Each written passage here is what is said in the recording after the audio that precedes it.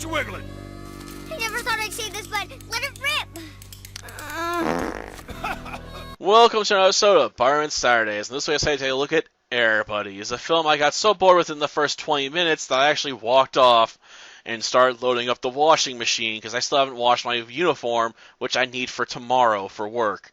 Yeah, I got that bored with this film because they spend like 20 minutes setting up that the buddies are going to be getting adopted, because they're too troublesome, to be together for the owners of Buddy, because they're like, these buddies just get into too much trouble, and look at what they did to Miss Niggle. They tied her up, while playing with these yarn balls, thinking they were actual balls, and then they stole her prize blueberry pie. Oh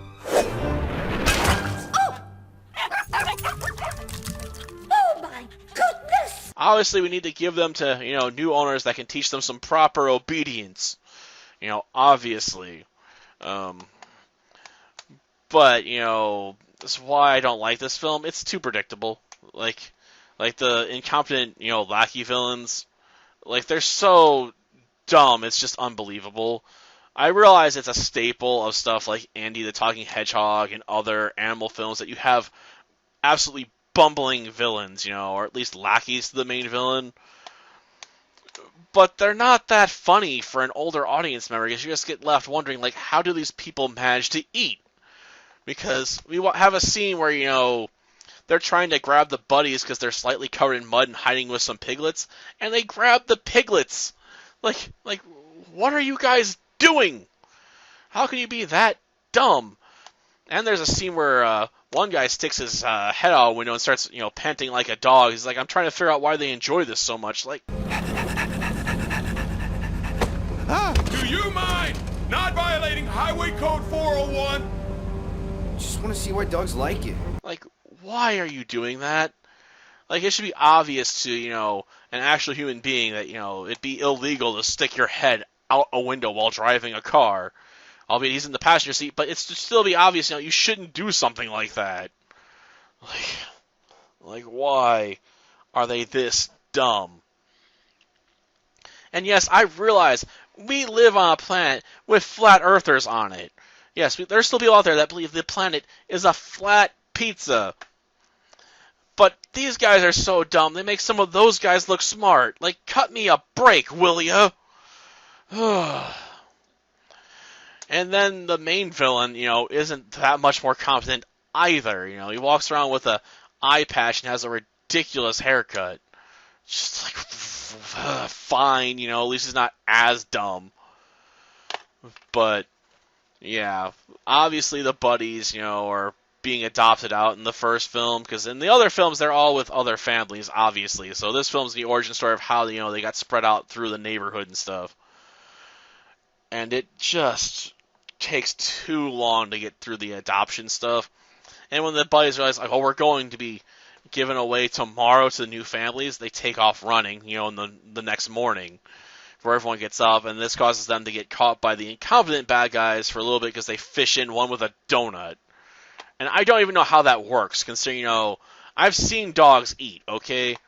And we have a golden retriever in the house I live in, because my parents, decided they wanted to have one, and spent $1,700 on getting Magnolia, who everyone calls Maggie for short, and she can wolf down, an entire meal, in, under 2 or 3 minutes. She's like, what, that's my lunch? It's gone. Can I have more? I'm still hungry. I'm like, no, Maggie, you can't have more. You've had enough, okay? You can have more at lunchtime. So yeah, she goes through food real quick. I couldn't imagine a donut being, durable enough that Butterball wouldn't have instantly just bitten through it. So either that's a toy donut, which begs the question why Butterball didn't instantly let go, considering he was hungry and wanted food, and you can't really eat rubber usually. I mean, I realize dogs will try and eat just about anything at a certain age. I mean, Rose has gotten to that point too, and she's, a Cavalier King Charles Spaniel my parents spent $3,700 on, and she's been eating, dandelions and basically any other plant material, or probably would even try and swallow some small rocks if she got those in her mouth. So you gotta try and make sure she doesn't get loose at the moment, because she goes nuts on that stuff. But yeah, like I don't even understand how the villains even managed to initially capture the dogs. And I have to love how, Buddy barely even puts up a struggle when he's being put into, a crate. He's like, well, they caught me, fair and square.